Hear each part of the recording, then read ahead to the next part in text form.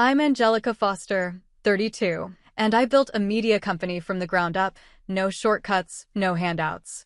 For years, I showed up for my family in every way that mattered, paid their bills, skipped opportunities, stayed quiet to keep the peace.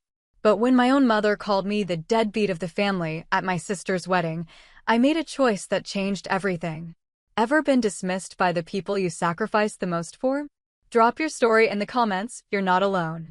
Before we get into it, let me know where you're watching from. And if you've ever had to walk away from people who took you for granted, hit that like button and subscribe. What happened next caught everyone off guard. I'm Angelica Foster, 34, and for most of my life, I played the role no one clapped for. The steady one. The dependable daughter. The woman you could count on until you forgot she was even in the room. It wasn't something I chose. It just happened. My younger sister Rachel was the kind of child mothers brag about in grocery store aisles. She had this sparkle, perfect report cards, big blue eyes, the kind of laugh that made people stop and smile. She was the one teachers wrote home about. The one who always got the solo in the school play, even if I'd spent months coaching her behind closed doors. And my mom, Diane, well, she adored her. You could see it in the way she lit up when Rachel walked into a room. It wasn't cruel. Just obvious. Growing up, I learned quickly where I fit. If Rachel was the fireworks, I was the fuse, necessary, but not the part anyone clapped for. I stopped trying to compete and just helped. If Rachel needed new clothes for a dance, I'd offer mine. If Mom forgot she needed supplies for her bake sale committee, I'd bike across town and grab them. No one asked. I just did it. I don't think anyone really noticed, except maybe Dad, before he left anyway. After he moved out, things got harder. Mom didn't talk about it much. She just started doing more, hosting more, organizing more, trying to prove everything was fine. I was 13 when I started helping with the bills. Babysitting, dog walking, tutoring. Whatever I could scrape together. Rachel was 9, and she didn't really know. She shouldn't have had to. I didn't want her to feel the weight. I thought I was doing the right thing by absorbing it all. The dynamic stayed the same through high school. Rachel blossomed, debate team, cheer captain, class president. Mom was always front and center at her events, camera in hand, voice loudest in the stands. I was in the background, usually helping backstage or filling in for someone who flaked. I remember one awards night senior year, I had quietly won a regional math competition, but when I told Mom, she barely looked up from curling Rachel's hair for a homecoming photo. "Oh, that's nice," she said. "Don't forget to iron Rachel's dress before you go, okay?" It stung. But by then, I'd trained myself not to react. I thought if I just kept giving, kept showing up, one day she'd turn and see me clearly. I thought there was a scoreboard somewhere, tallying the sacrifices. That eventually, something would tip.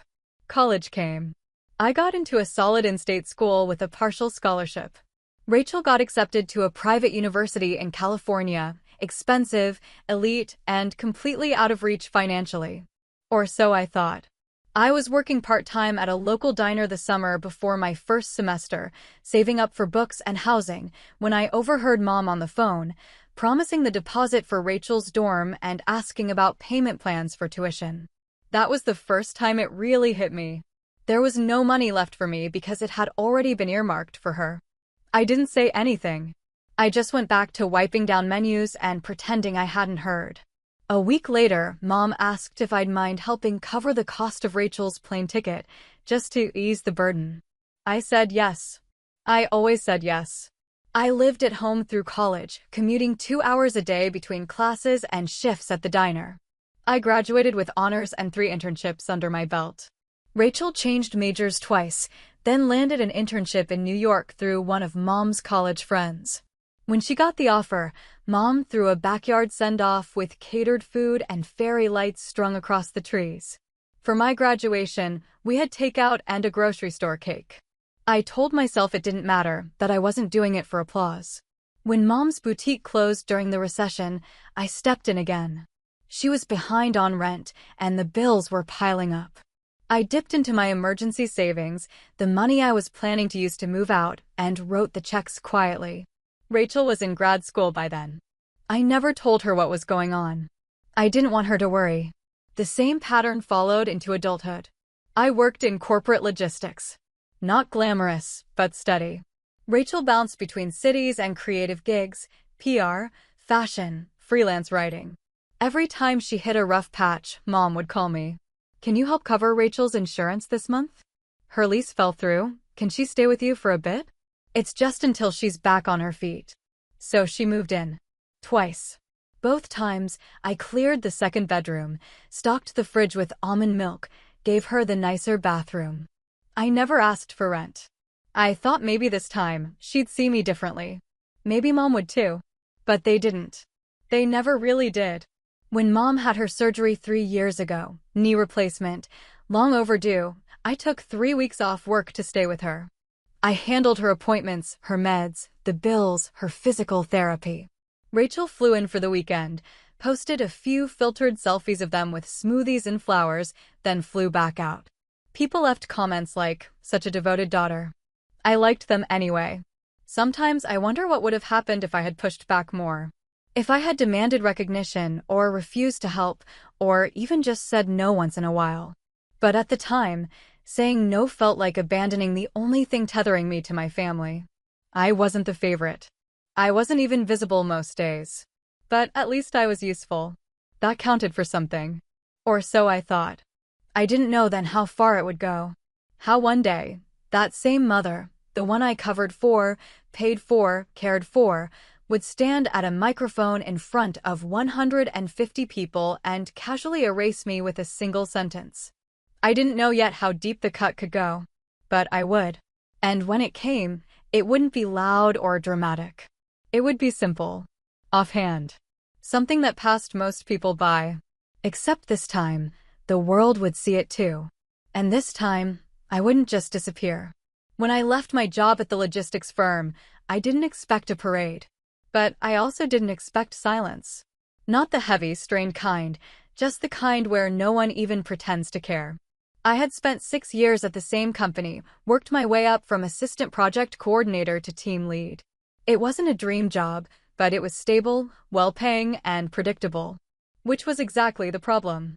I felt myself shrinking inside that cubicle every day. The more organized I became, the more invisible I felt. The big ideas, the strategy work, that all went to people louder than me, even when I'd written the proposal myself. I hit a ceiling, and I knew if I stayed, I'd watch 10 more years slip away behind spreadsheets. So I left. I'd been saving for almost 2 years and started laying the groundwork for a small media consultancy, content strategy, branding, campaign planning. I already had one small nonprofit client lined up and a few leads from friends. I wasn't reckless. I had spreadsheets, models, 6 months of runway. I took it seriously. When I called Mom to tell her, I kept it short. I said I was launching my own business. That it was time. That I was ready. There was a pause on the other end. Not long, maybe 2 seconds. But I knew that pause. It meant recalculating.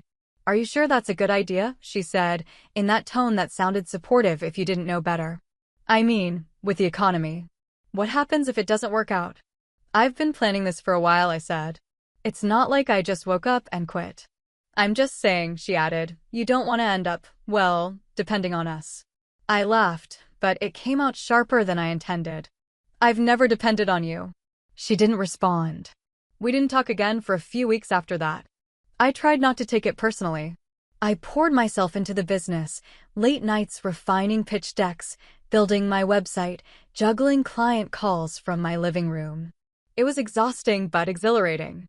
The nonprofit client referred me to 2 others. A small bakery hired me to handle their rebrand. I wasn't rolling in money, but I was paying the bills. And for the first time in a long time, I felt like I was building something that was mine. But the more I grew, the less they acknowledged it. At family dinners, they'd still ask about the logistics company. I'd remind them I had left, and they'd blink like it was new information. Mom would introduce me as in marketing to her friends, quickly pivoting to Rachel's latest PR campaign or her boyfriend's new startup. Rachel had started dating a guy named Jake around that time. Tech adjacent. Lots of money talk. He wore sneakers that cost more than my rent. I didn't mind him, honestly. He was smart, polite in a condescending way. But it didn't take long to see how his presence shifted the temperature in our family dynamic. With Jake in the picture, Rachel's social life ballooned. Suddenly, there were constant events, housewarmings, gallery shows, boat parties for friends of friends. Every time I heard about one, it was secondhand. Or worse, after the fact. One Saturday, I opened Instagram and saw a picture of Mom, Rachel, and Jake at a winery, all beaming, all tagged. The caption read, "Family Day, wine glass, yellow heart." I hadn't even known there was a plan. I texted Rachel later that night. "Hey, looked like fun today. Didn't know you guys had something planned." She replied a few minutes later. "Oh, sorry, it was super last minute. Jake's friend invited us this morning. Totally random." Except in the photo, everyone was dressed in coordinated linen. The table had printed name cards. I recognized one of Mom's wine club friends in the background. I stopped responding. Later, I heard through a mutual friend that Mom had been telling people I was figuring things out, that I'd left corporate life for a while, but she wasn't sure how long that would last. She called it my freelancer phase, like it was something I'd grow out of, like braces or a bad haircut. What she didn't mention was that I'd already signed 3 new contracts that month. Or that one of my campaigns had doubled a client's revenue over the holiday season. She didn't know, or didn't ask, that I was teaching myself SEO analytics late at night or sending cold emails to local vendors every morning. Instead, I became the punchline. At a birthday dinner for one of our cousins, I showed up after a long client meeting, still in a blazer, still running on caffeine. I sat down between Rachel and an old family friend, Lisa, who looked at me and said, "So, Angelica, are you still doing that little content thing?" Before I could answer, Mom jumped in. "Oh yes," she laughed lightly. "She's a creative now. Our starving artist phase. We're being supportive, of course." I smiled. Not because it was funny, it wasn't, but because I'd learned how not to make other people uncomfortable. That was my job in the family. Absorb the insult, keep the peace. But I remember that moment vividly. The fork in my hand. The way Rachel glanced at me, then quickly looked away. I remember the color of the wine in Mom's glass. The exact way she laughed. That night, when I got home, I deleted Instagram off my phone. I stopped checking the family group chat as often. I told myself I was too busy, which was true, but not the full story. They weren't cruel. That's what made it so hard to explain to anyone. There were no screaming matches, no betrayals you could write down and point to, just a slow erosion. A quiet clipping of wings. They didn't cut me off, they just stopped including me. And when they did speak about me, it was with a tone of amused detachment, like I was playing dress-up in a life they didn't take seriously. Around that time, Rachel got engaged. It was a whole thing, rooftop proposal, professional photographer hiding behind a potted plant, Mom crying in a montage video someone edited to Coldplay. I found out the day after it happened, when the photos hit Facebook. My phone buzzed with a text from Mom. "Did you see? So exciting." Ring sparkling heart, no call. No warning. Just a forwarded event. I sent a simple reply. "Congrats. Happy for them." She heart reacted and didn't say anything else. From then on, it was wedding talk. All the time. Dresses, venues, planners, tastings. I wasn't involved. Not really. I got an invitation to a group Zoom call once, something about floral preferences. But when I joined, no one acknowledged me, and the screen froze halfway through. I never got another link. I started to notice something else. When I did post about my work, a campaign launch, a milestone, no one in the family liked it. Not once. But when Rachel posted a brunch photo or Jake posted his new espresso machine, the comments flowed like champagne. I think that was when the shift started in me. Not anger, exactly. Just clarity. It wasn't that I didn't belong. It was that they had already written a version of me that they liked better, unthreatening, self-sufficient, vaguely lost. Someone they could root for without being challenged by. And if I tried to correct the narrative, if I spoke too proudly or insisted on being seen, it made them uncomfortable. I wasn't failing. That was the part that stung the most. I was doing well. Slowly, steadily, building something from scratch. But they didn't want to hear it. Because if my life was working, it meant they had misunderstood me all along. And no one in my family liked being wrong. So they stuck with the story that felt safe. She's just figuring it out. She's in her freelancer phase. She's a creative now. It was easier than saying the truth. That I'd changed. That I'd grown. That maybe they'd underestimated me. But they wouldn't be able to ignore me forever. And whether they liked it or not, something was coming that would make them finally, undeniably, look. Rachel's wedding came together quickly. Not rushed, exactly, just tightly choreographed. The kind of event that looks spontaneous on social media, but takes 5 spreadsheets, a stylist, and a family committee to pull off. I wasn't part of that committee.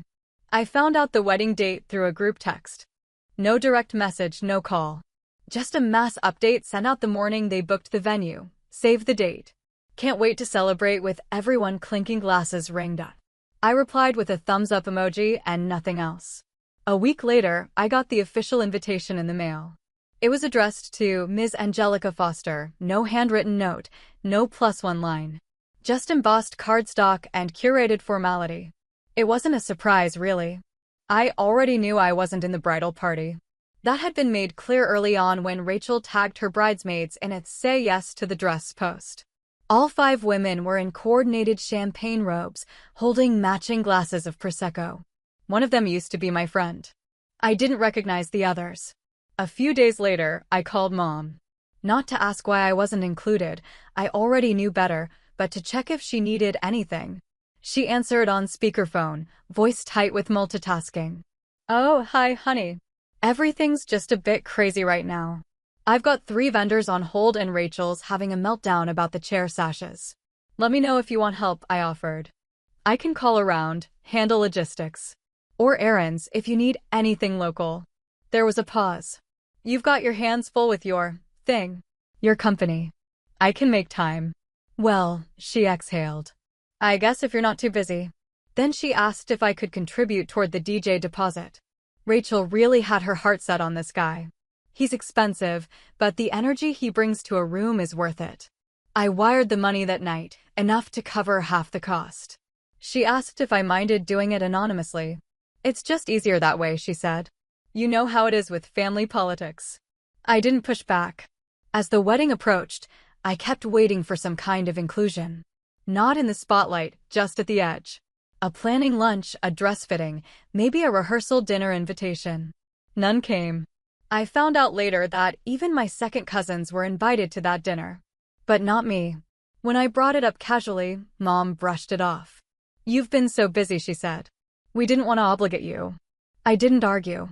I just nodded, even though we were on the phone and she couldn't see it. A habit, I guess. The day of the wedding was clear and warm. Mid-September, just cool enough to keep the flowers from wilting.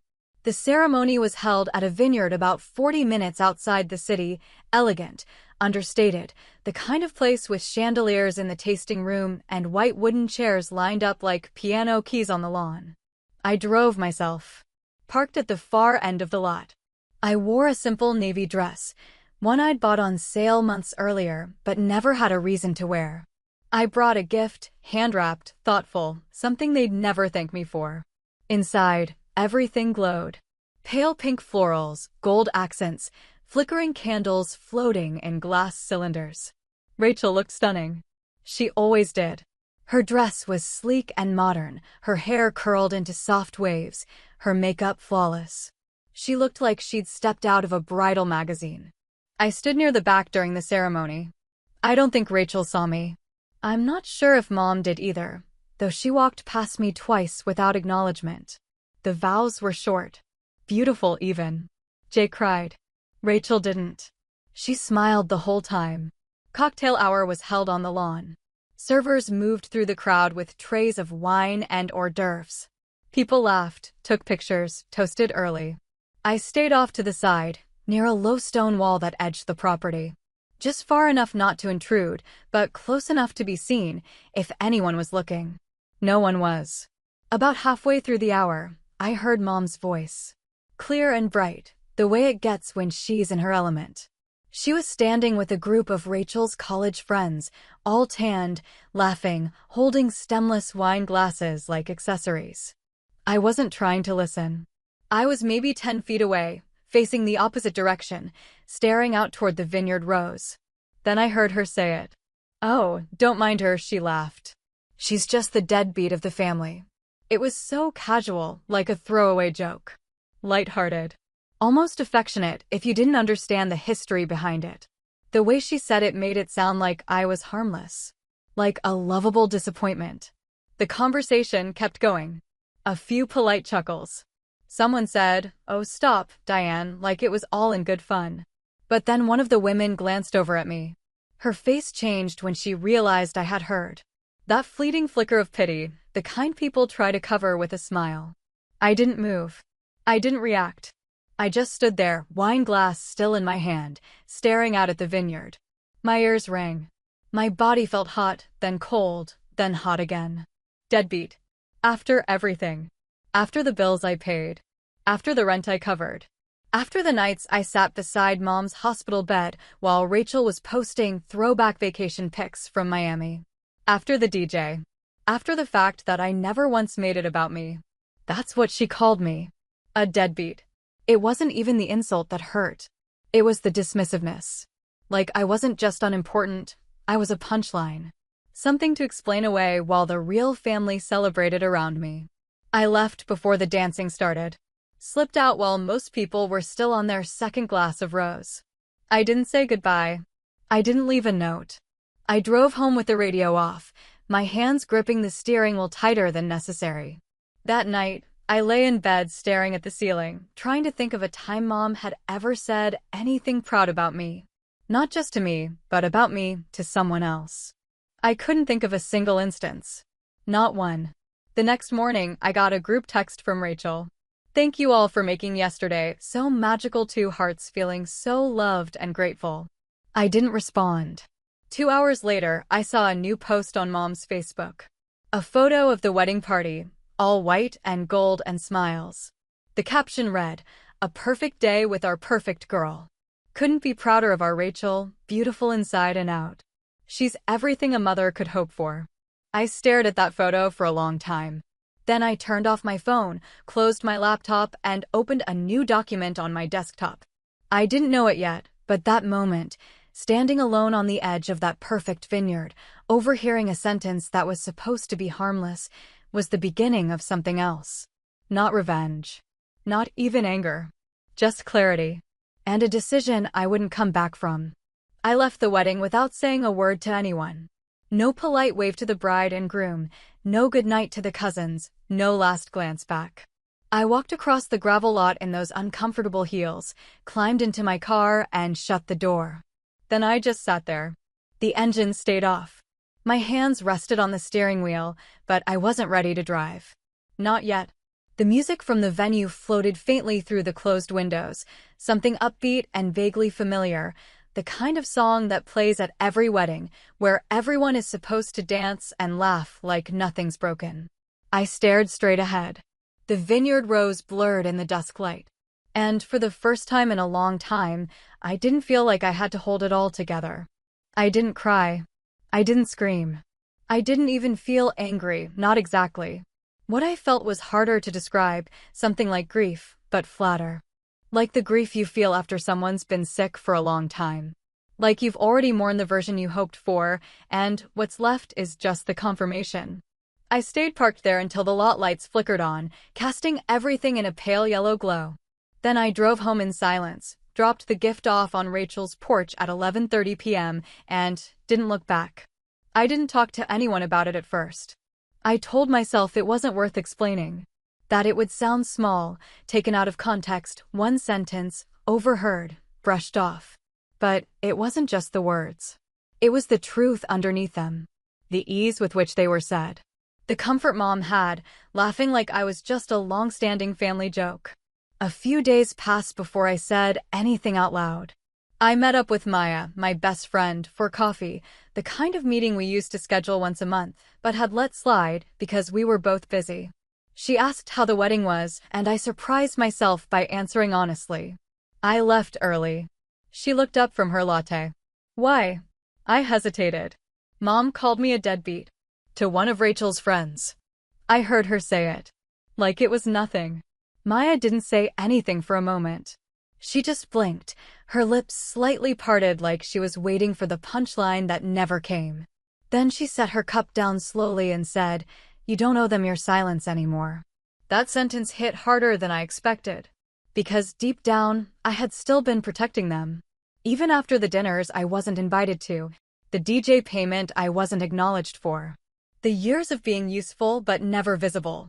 I'd still been holding my tongue. Making excuses. Pretending the hurt was manageable because naming it made it real. Maya sat back in her chair. I mean, Angelica, come on. You've been covering for them for years. I knew she was right. I thought about the bills. The favors. The nights I'd spent sleeping in a hospital chair so Mom wouldn't wake up alone. The afternoons I canceled meetings to help Rachel move out of one apartment and into another. The times I swallowed disappointment like it was my job.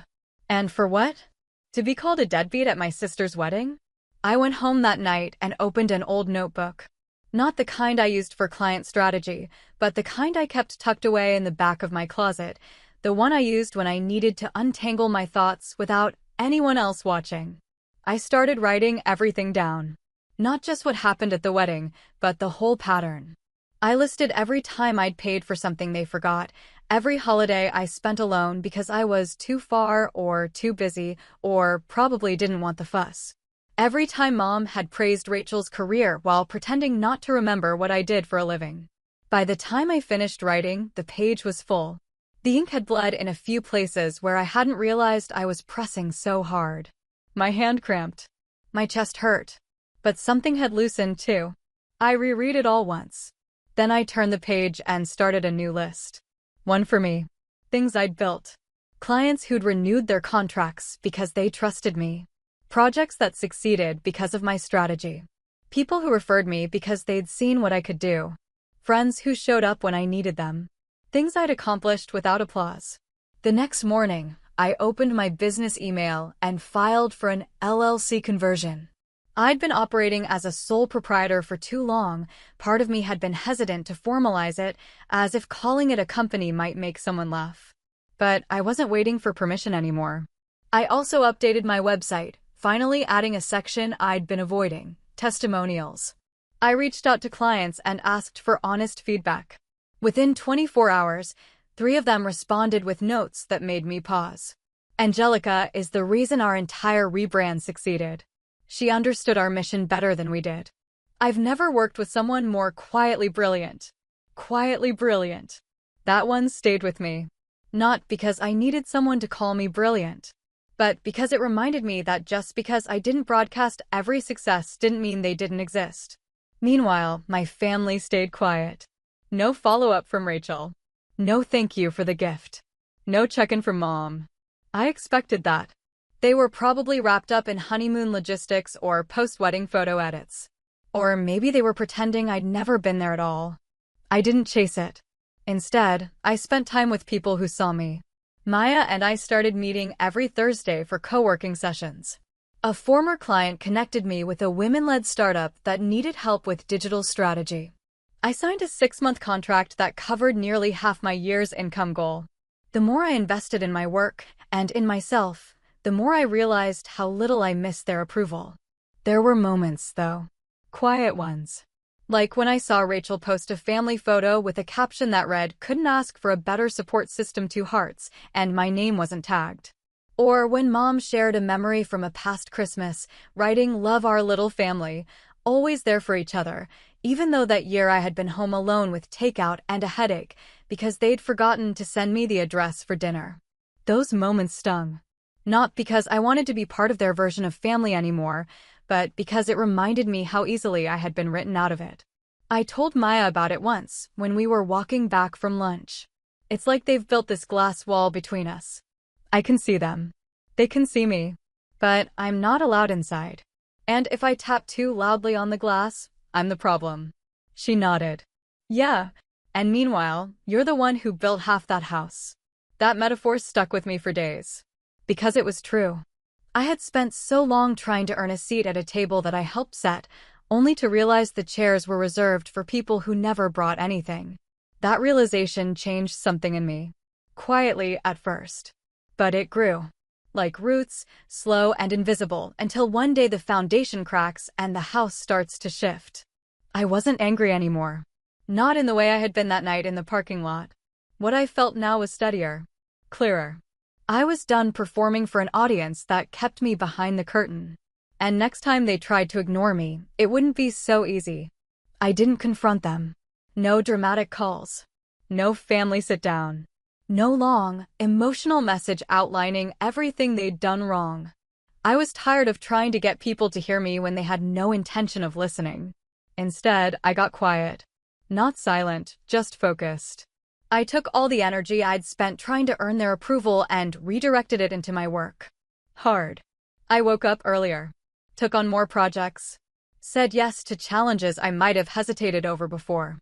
I wasn't trying to prove anything to them, not anymore.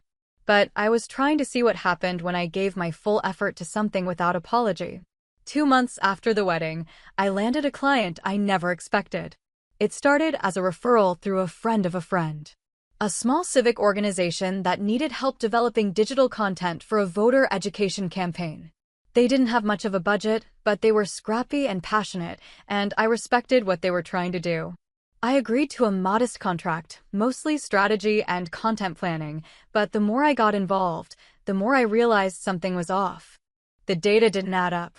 The voter registration numbers coming out of certain districts didn't match the reports. Candidate donations were spiking from LLCs that barely existed. There were whispers about backdoor deals. Nothing solid, just enough to raise suspicion. I started digging. In another life, I might have passed that info along to a journalist. But I wasn't just a strategist anymore. My media firm had grown beyond branding and social campaigns. I had a small production team. A freelance editor. I knew how to tell a story, and I knew how to verify facts. What started as a side contract turned into an investigation. Quiet at first. Nights spent combing through public records, early mornings conducting interviews, phone calls with reluctant sources who asked not to be named. I didn't publicize the work. No teasers, no behind-the-scenes posts. I didn't need the noise. I needed it to be right. 3 months after Rachel's wedding, the finished piece aired. A 30-minute investigative documentary, co-produced with a regional media collective, exposing campaign finance fraud, voter suppression tactics, and illegal donation channels tied to a local mayoral candidate. The evidence was airtight. The impact was immediate. 2 city officials stepped down within 48 hours. A formal ethics investigation was launched. My company's name appeared in the credits. So did mine. I didn't tell anyone in my family. I didn't even hint at it. It wasn't about them. But they found out anyway. That Saturday, during a baby shower for one of Rachel's friends, some elaborate backyard brunch setup with mimosas and name tags, someone saw the segment on the TV inside the house. It was airing on a major local affiliate right after a noon cooking show. Apparently, the audio caught everyone's attention. Someone shouted, "Wait, isn't that your sister on the news?" Mom was holding a stemless wine glass when it happened. She dropped it. It shattered at her feet. I wasn't there, obviously. But I heard about it from 3 different people. The first was a former classmate who happened to be at the party as a guest of a guest. She DM'd me that evening. Just saw your documentary. Amazing work. Your mom looked like she'd seen a ghost. The second was Rachel's college roommate, who still followed me on LinkedIn. She commented on the post I finally shared that weekend. "You deserve all this. And more. You've always been the real deal." The third was Maya. She called me the next morning. "So," she said, "how's it feel to drop a bomb without even showing up?" I shrugged, even though she couldn't see me. "Quiet," I said. "But satisfying." There was a long pause. Then she said, "They're never going to be able to write you off again. Not after this." That wasn't the goal. But she was right. Something shifted after the documentary aired. Not just publicly, but privately inside me. For years, I'd been doing good work, solid work, work that mattered. But I'd never let myself really take up space. I was always too careful. too restrained. Afraid of seeming like I was bragging.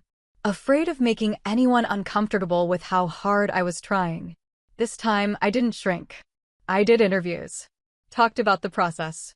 Shared the behind-the-scenes photos. I responded to every message, every email, every congrats, with calm gratitude, not apology. And for once, I wasn't waiting for someone from my family to chime in, because I knew they'd seen it. I waited 4 days. Then, out of curiosity, I checked Mom's Facebook. Nothing. Not even a like. Her most recent post was a filtered group photo from the baby shower with a caption that read, "So lucky to have such smart, beautiful women in our life." My name wasn't tagged, but I wasn't surprised anymore. That's what made it different. Before, that kind of omission would have gutted me. I would have gone quiet, maybe doubted whether I had done something wrong. Now I felt removed. Like watching a rerun of a show I'd already memorized. I knew the script. I just didn't care to follow it anymore. What did surprise me was the message from Rachel a week later. It was short. "Hey, just saw the documentary. I didn't know you were working on something like that. Congrats." I stared at the message for a full minute before deciding how to respond. "Thanks. It was important work." That's all I said. She didn't write back. 2 days after that, Mom called. I let it go to voicemail. Her message was upbeat in a forced way. "Hi, sweetheart. Just calling to check in. Hope you're doing well. We saw something on the news. Looked like your name? Anyway, give me a call when you have a minute." I didn't call back. Not out of pettiness. Just self-respect. If she wanted to talk, she could say what she meant. Not dance around it like I'd accidentally wandered into relevance. Over the next few weeks, I got busy. The doc opened doors. A regional foundation offered grant funding for future civic reporting. A podcast reached out for an interview. My client base grew, not just in size, but in quality. More aligned. More purpose-driven. The kind of work I used to dream about when I was still trying to prove myself. One night, as I sat on my balcony eating leftovers out of the container, I realized something. I'd been so focused on getting their attention for years, I'd never considered what I'd do if I didn't need it anymore. Now I didn't. And it felt light. Like I could finally move in any direction I chose without dragging their doubt behind me. They had called me a deadbeat. And now they were watching the evening news, hearing strangers say my name with respect. I hadn't burned the bridge. I'd just built something better. Quietly. Brick by brick. And now, for the first time, they were the ones on the outside looking in. After the documentary aired, something subtle began to shift. At first, it was small things, LinkedIn requests from people I hadn't spoken to in years, a message from my high school journalism teacher congratulating me and asking if I'd be willing to speak to her current students. A classmate from undergrad, someone I barely remembered, shared the link on Twitter with the caption, "I always knew she'd do something like this." I blinked at the words for a moment. Because no, they didn't. No one did. People who used to smile past me at family events suddenly remembered how close we were. A woman I hadn't seen since childhood messaged me on Facebook to say, "Your mom must be over the moon. She's always said you were the smart one." That one made me laugh out loud. Mom hadn't called once. But strangers were filling in the blanks with a story that made sense to them. In their version, of course she was proud. Of course she supported me. That's what mothers do, right? Except, no. That wasn't how it happened. Not even close. I ignored most of it. Politely, for the most part. I wasn't trying to make a point. I just didn't have the energy to carry a version of the story that didn't match the truth. But I noticed something else too, something that felt like balance finally tilting the other way. People stopped asking about Rachel. Not completely. But the weight of attention had shifted. Conversations that used to begin with, "How's your sister doing?" started with, "I saw your piece on the election." The center of gravity had moved, just slightly, in my direction. And my mother? She went quiet. No new photos. No cheerful status updates. No long captions about "my girls." It was like someone had pressed pause on her curated life. Or maybe she just didn't know how to reconcile it, how to keep posting party photos while people were commenting, "Isn't that your daughter on the news?" Because they were. I saw the comments. A woman from her wine club had tagged her under the video clip on Facebook with, "How amazing is this? Angelica's a powerhouse. You must be so proud." There was no reply. Instead, a few days later, I got a voicemail. Her voice was light-clipped. "Hi, honey. I saw the news segment. Looked like a big deal. You should have told us. It's just, well, it's embarrassing to be blindsided like that in front of everyone. Anyway, call me when you have time." That was it. No apology. No congratulations. No acknowledgement of what I had actually done. Just discomfort. Because my success had happened outside her control. Because people were asking questions she didn't have tidy answers for. Because, for once, she wasn't the one who got to tell the story. I didn't call back. There was nothing to say. I knew, finally, fully, that nothing I did would ever be enough for her. Not because I lacked anything, but because acknowledging me meant rewriting her version of things. And she wasn't ready for that. And for the first time, I didn't need her to be. It was strange, that kind of peace. It didn't come all at once.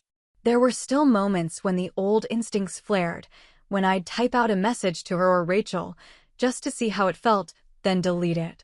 There were still flashes of guilt, the quiet echo of the role I'd played for so long, the good daughter, the helper, the one who didn't make things messy. But the more I stood in the truth of what I'd built, the quieter those echoes became. Rachel messaged me again. A few weeks later. Just a single line. "I didn't realize how much you were doing. I'm sorry if I ever made you feel invisible." It wasn't everything, but it was something. I stared at the message for a long time. Thought about ignoring it, but I didn't. Instead, I typed, "Thanks." It was hard to feel seen back then.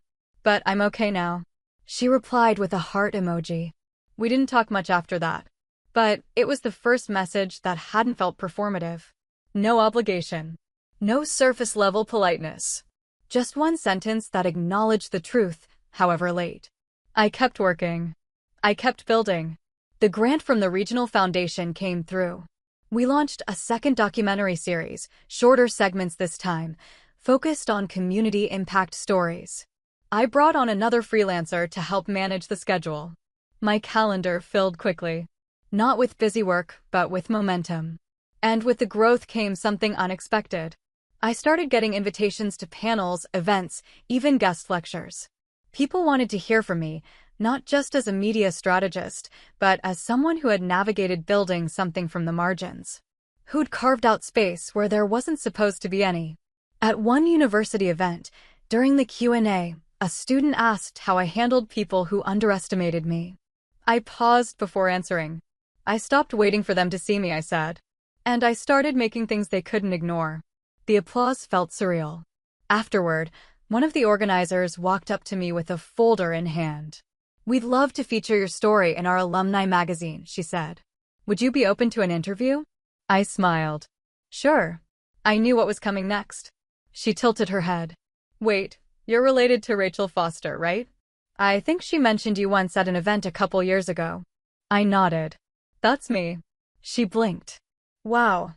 Small world." And then, gently, "You're the one people are talking about now." I didn't say anything. I didn't need to.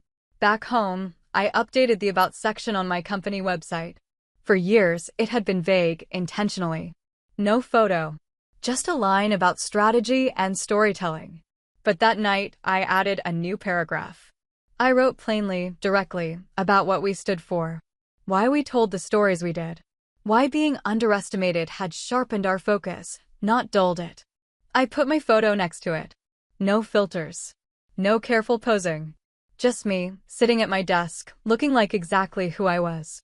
I sent the update live at 2 a.m. Then I closed my laptop, turned off the light, and slept better than I had in months. The next morning, I woke up to an email from my old manager at the logistics firm. "Saw your name on the news. Congrats. You always had that fire, just needed the right place to burn." It was the kind of message I would have framed once. Now it just made me smile. I was already halfway into my next project, and far past the point of waiting for anyone's permission. Rachel reached out again about a month later. This time, she didn't text. She called. I almost didn't pick up. I'd just gotten home from a long meeting, and her name flashing on my screen made my stomach tighten, the way it always had, like I needed to brace for something, even if I didn't know what. But I answered. "Hey," she said. Her voice was lower than usual. "Can we talk? In person?" I waited a beat before responding. "Sure." We met that Saturday at a cafe halfway between our neighborhoods. Neutral ground. Neither of us had been there before. It was quiet, with wide windows and too many houseplants.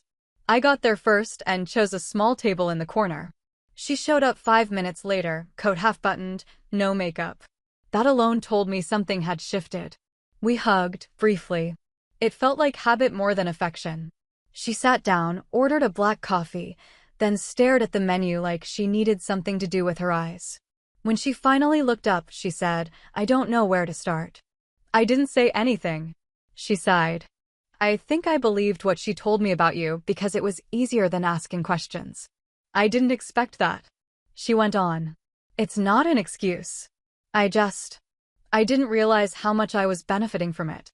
From being the one who got praised, got defended, got protected." She paused. "And you were just there, handling things quietly." I kept my expression still. I didn't want her to see how much those words landed. "I remember once," she said, "I asked Mom why you didn't come to Christmas one year.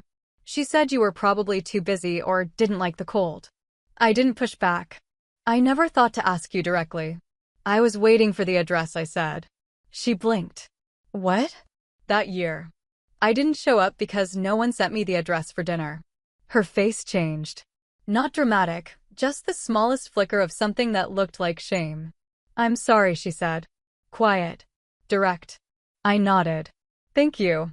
We didn't rehash everything. I think we both knew that wouldn't help. Too many years of distance and unspoken hierarchy to unpack in one conversation. But the honesty was new, and I wasn't about to dismiss it. "I watched your documentary twice," she said. I kept thinking, how did I not know this is what she was doing? Then, softer, "I'm proud of you." That one took me a second to process. We talked for over an hour. Nothing heavy after that. Just normal things, her work, my projects, how expensive rent had gotten. It felt strange, talking like that. Not like sisters catching up after a fight. More like two people starting fresh, without the roles we used to play. Before we left, she asked if we could do it again sometime. "Sure," I said. "We're not best friends now. That's not where this is going. But we talk. Occasionally. On our terms. Without Mom mediating. And that makes all the difference. There's no pretense anymore. She doesn't ask me to cover things for her. I don't ask her to explain me to anyone. We share things when we want to, and that's enough." It's strange how light a relationship can feel when it's not weighed down by old expectations. As for my mother, we're polite. Distant. I send cards on holidays. She replies to emails in one-line bursts. "Hope you're well. Thanks for the update. Say hi to Maya." She likes to pretend nothing ever happened. That the wedding wasn't what it was. That the voicemail wasn't exactly as dismissive as it sounded. That her daughter didn't call her a deadbeat in front of half a vineyard and then watch, quietly, as the world changed its mind. That's fine by me. I don't need her to own it anymore. There was a time I would have given anything to hear her say the words, "I'm sorry.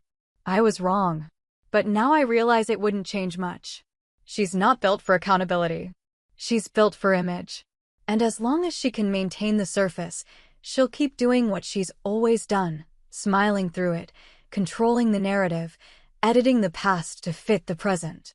And I've stopped trying to correct her. That's the part that surprises people. That I don't want to confront her. That I don't want to make her understand. But the truth is, she can't give me what she never had to give. Recognition.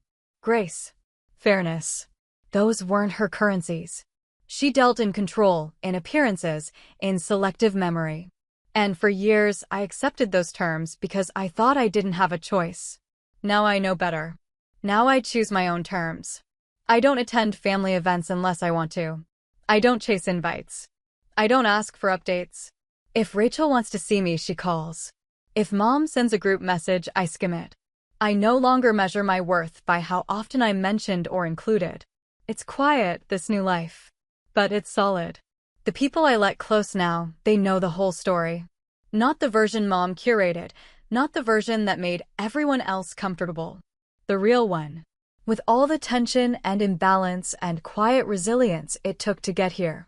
And slowly, I've started to feel something I didn't expect, relief.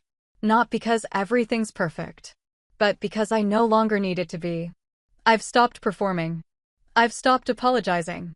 And the people who love me, really love me, don't need a backstory or an explanation to understand why I am the way I am. They just show up. As I am. As they are. No roles. No scorekeeping. No fragile egos trying to rewrite the script. Just presence. That's what rebuilding looks like for me. Not a dramatic reunion. Not a family photo where everyone pretends nothing cracked. Just two sisters meeting for coffee. Just a phone that rings less often, but always for the right reasons. Just a life that finally feels like mine. No strings. No stage directions. And no glass walls. It's been over a year now. A year since that wedding. Since I stood by the bar in a rented dress and heard my mother laugh as she called me a deadbeat to a stranger. A year since I sat in my car afterward, hands still on the steering wheel, trying to figure out how someone could erase you so cleanly while you were standing in plain sight. It feels like a lifetime ago. My company has grown in ways I couldn't have predicted. We expanded our team, not by much, but enough to handle the load. There's a rhythm to things now, pitching, producing, launching. And the latest investigation we wrapped? It made national press. A feature segment on a major network. I flew to New York for an interview. I wore a navy blazer. I kept my answers tight, focused, clear. People know my name now. Not because I shouted. Not because I fought to be noticed. But because I kept showing up. I did the work. I stayed steady. And eventually, that was enough. Sometimes I'll catch myself waiting for the high that never comes, that moment where it's all supposed to feel dramatic or triumphant. But it doesn't. It just feels quiet. Like the sound of your own footsteps in a hallway you built yourself. My mother still hosts dinner parties. Still posts pictures of cheese boards and wine pairings. I'm rarely invited. That's not a complaint. It's just a fact. But I hear, through secondhand channels, that she started introducing me differently. Angelica? Oh, she's my daughter, the journalist. She says it now like it's always been true. Like she's always been proud. I don't correct her. There's no point. Let her have her version. The truth came out anyway. And not in a dramatic confrontation or a teary apology. It came out in the work. In the credits. In the bylines. In the people who watched what I made and remembered my name. Sometimes justice doesn't look like revenge. It doesn't come with shouting or slammed doors or grand scenes.